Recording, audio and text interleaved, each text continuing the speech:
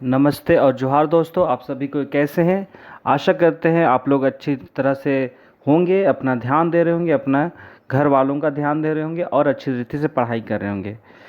किसी कारणवश मैं 2 दिन से वीडियो को अपलोड नहीं कर पा रहा था, मेरा तबीयत ठीक नहीं था, तो इसके कारण से मैं वीडियो अपलोड नहीं कर रहा था। पर मैं अब फ़िलहाल ठीक हूँ और मैं आगे अब आज से जो वीडियो होगा करंट अफेयर का वो अब कंटिन्यू अपलोड होगा। तो ठीक है, तो आप लोग रेडी हो जाइए आज के करंट अफेयर के लिए। तो आज के करंट अफेयर को हम लोग शुरू करते हैं बिना किसी देरी के। ठीक है, तो सबसे पहला पॉइंट है जो हम लोग करंट अफेयर ले रहे हैं, इसका सबसे पहला पॉइंट है भारतीय रिजर्व बैंक, जिसको शॉर्ट फॉर्म आरबीआई ने हाल ही में किस बैंक को 2 करोड़ रुपए का जुर्माना लगाया है। ठीक है, आरबीआई ने हाल ही में किस बैंक पर कितने का 2 करोड़ रुपए का जुर्माना लगाया है। तो पंजाब नेशनल बैंक, देना बैंक, एसबीआई या बैंक ऑफ बड़ौदा। तो कौन हो सकता है? तो इसका सही जवाब होगा एसबीआई।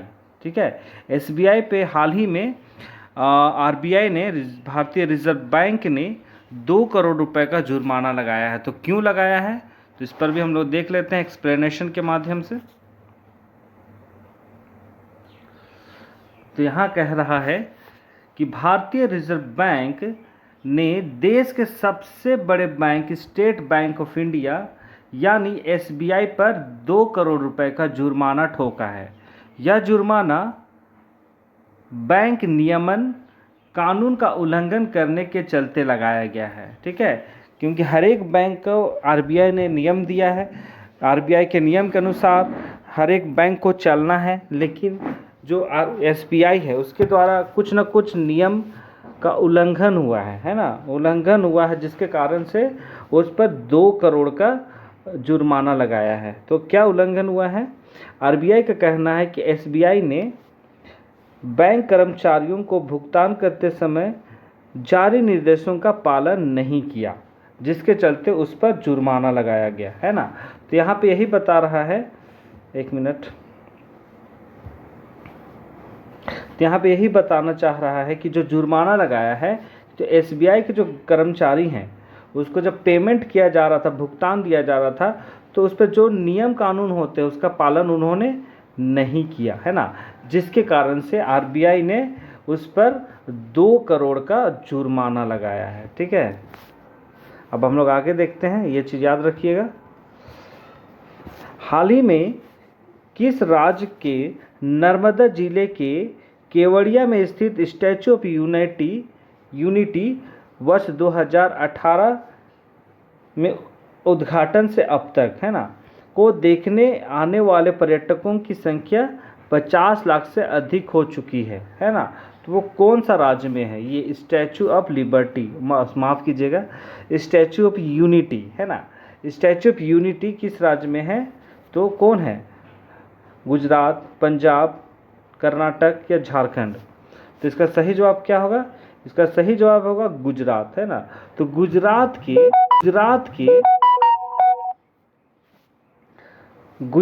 के नर्मदा जिले है ना, गुजरात के नर्मदा जिले के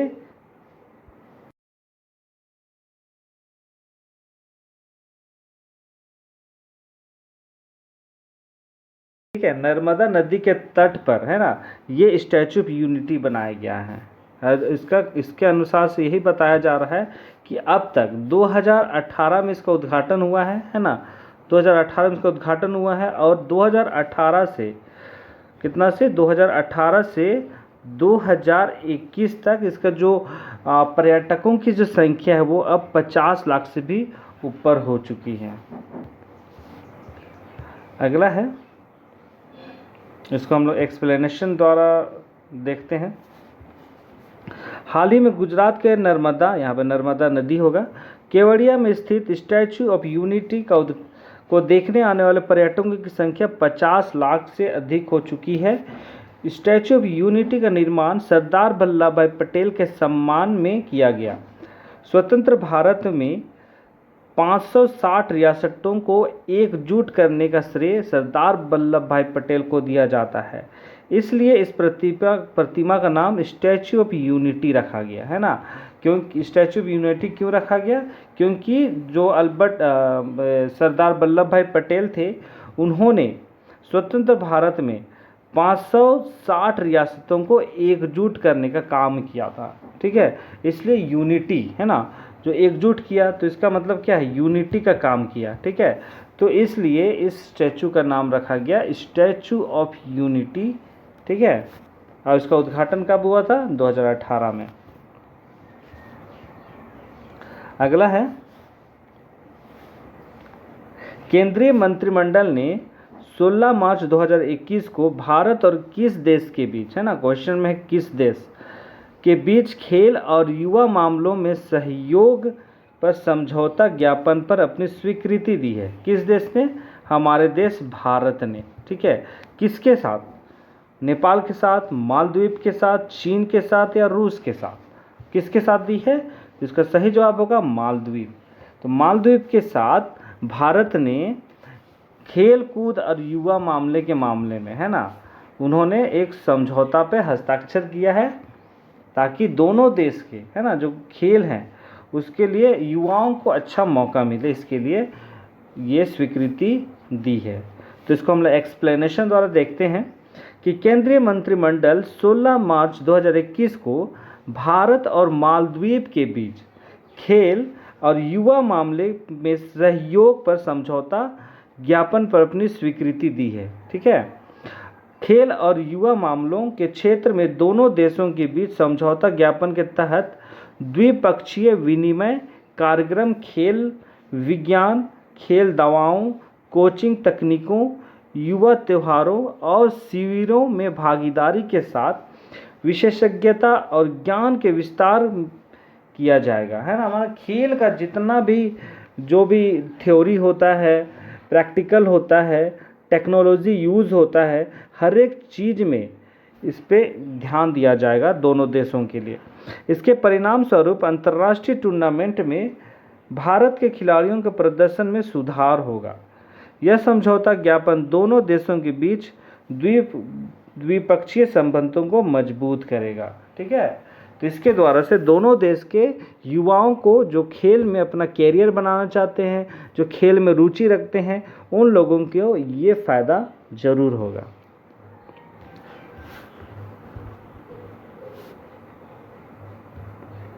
अगला,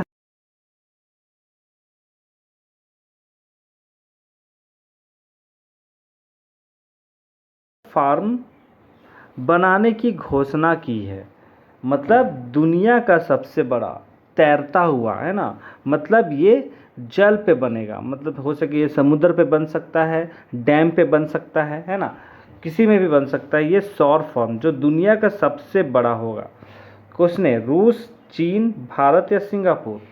तो इसका सही जवाब होगा सिंगापुर। ठीक है, तो इसको हम लोग एक्सप्लेनेशन द्वारा देखते हैं और समझते हैं।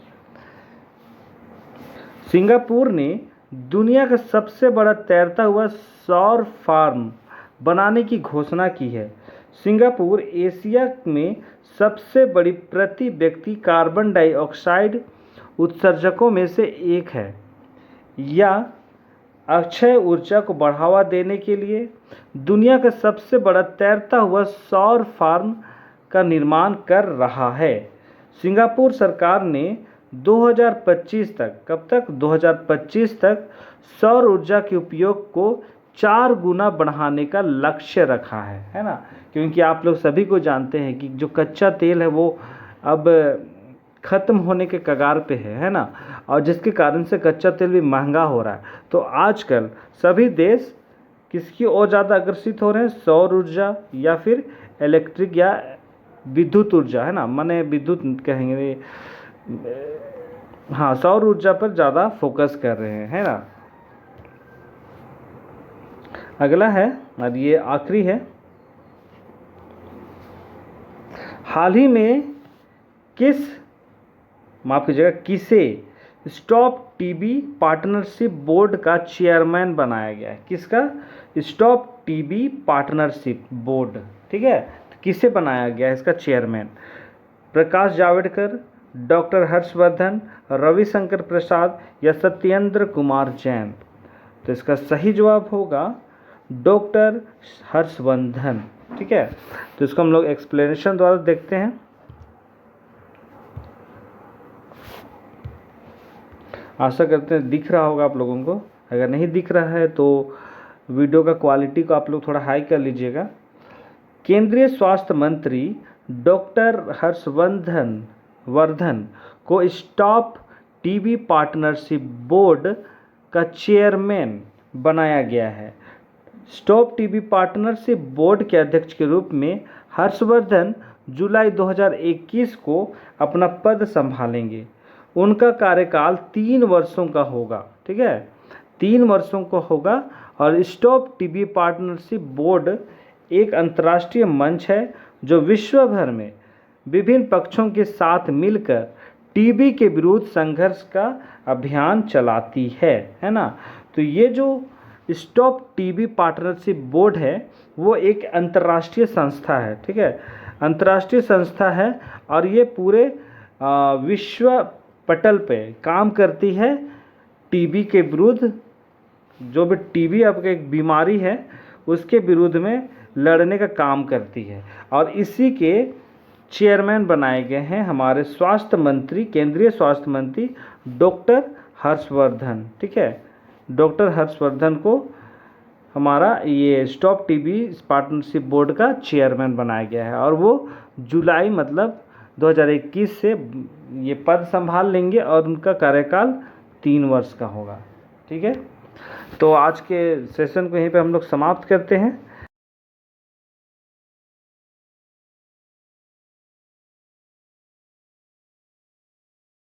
ज़रूर ध्यान दीजिए, याद कीजिए, समझने का प्रयास कीजिए और हर एक पॉइंट से, हर एक जितने भी एक्सप्लेनेशन थे करंट अफेयर के, तो एक क्वेश्चन से बहुत सारे क्वेश्चंस बनते हैं, है ना। तो इसलिए हर एक एक्सप्लेनेशन को भी आप लोग ध्यान से देखिए। ठीक है, तो आज के वीडियो को मैं यहीं पे समाप्त करता हूँ। कल मैं फिर एक नए वीडियो को लेके प्रस्तुत होऊंगा, तो आप लोग देखते रहिए। और हाँ, जो लोग इस वीडियो पे नए देख रहे हैं उन लोगों से अपील है कि वो लोग ज़रूर चैनल को सब्सक्राइब कीजिए और वीडियो को ज़्यादा से ज़्यादा शेयर कीजिए, लाइक कीजिए। ठीक है, ताकि मैं और मोटिवेट हो सकूं। बहुत बहुत धन्यवाद। कल फिर मिलते हैं। अपना ध्यान दीजिए।